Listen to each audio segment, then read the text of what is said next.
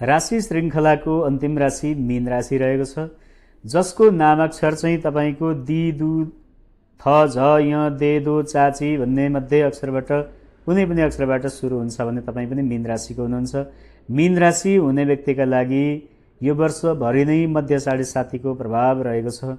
तपाईँको जन्मकुण्डलीमा पनि शनिको स्थिति राम्रो छैन भने तपाईँले पनि यात्रा गर्दा अथवा गाडी चलाउँदा, जग्गा जमिनको कारोबार गर्दा अथवा अन्य व्यापारिक कारोबारहरू गर्दा तपाईँले एकदमै सावधान रहनुपर्ने हुनसक्छ। दुर्घटनाका योगहरू रहेका छन्। बिना कारणका झुटा आरोपहरू तपाईँमा पनि लाग्न सक्छन्।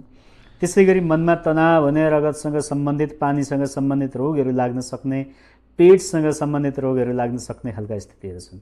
तपाईँले लामो समयसम्म सञ्चित गरेर राखेको, जोगाएर राखेको सम्पत्ति पनि क्षणभरमै खर्च हुने खालको योग छ।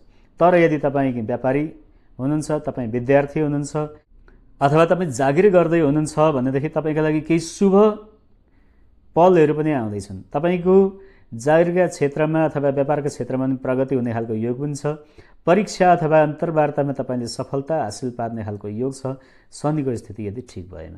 र शनिको स्थिति ठिक नहुँदा यी कुराहरूमा हानि हुनसक्छ। सावधान रहनुपर्ने हुन्छ तपाईँले यो वर्ष 2083मा। तपाईँको वैशाख महिनाको कुरा गर्दाखेरि हानि नोक्सानीको महिना रहेको छ। जेठमा धन लाभ हुने खालको छ, सुखको प्राप्ति हुनेछ।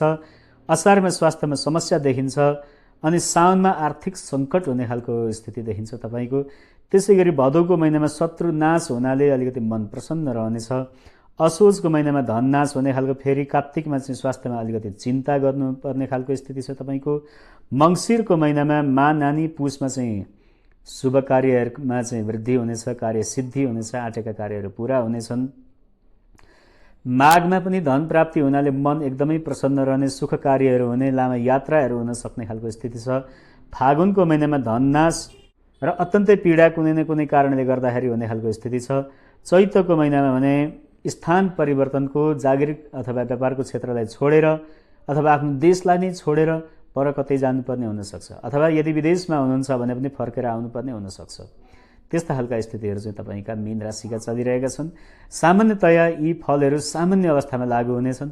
तपाईँले विशेष रूपमा फल प्राप्ति गर्नका लागि आफ्ना ग्रह गोचरसँग सम्बन्धित आफ्नो जन्मकुण्डली अथवा जन्ममितिका आधारमा आफ्ना जानकार व्यक्ति गुरुजनहरूबाट चिना अवलोकन गरेर गराएर त्यसका अनुसार स्वस्ति शान्ति गरिसकेपछि तपाईँका नकारात्मक ऊर्जाहरूबाट तपाईँले मुक्त भएर आफ्नो जीवनलाई चाहिँ स्वस्थ र मस्त बनाउन सक्नुहुनेछ।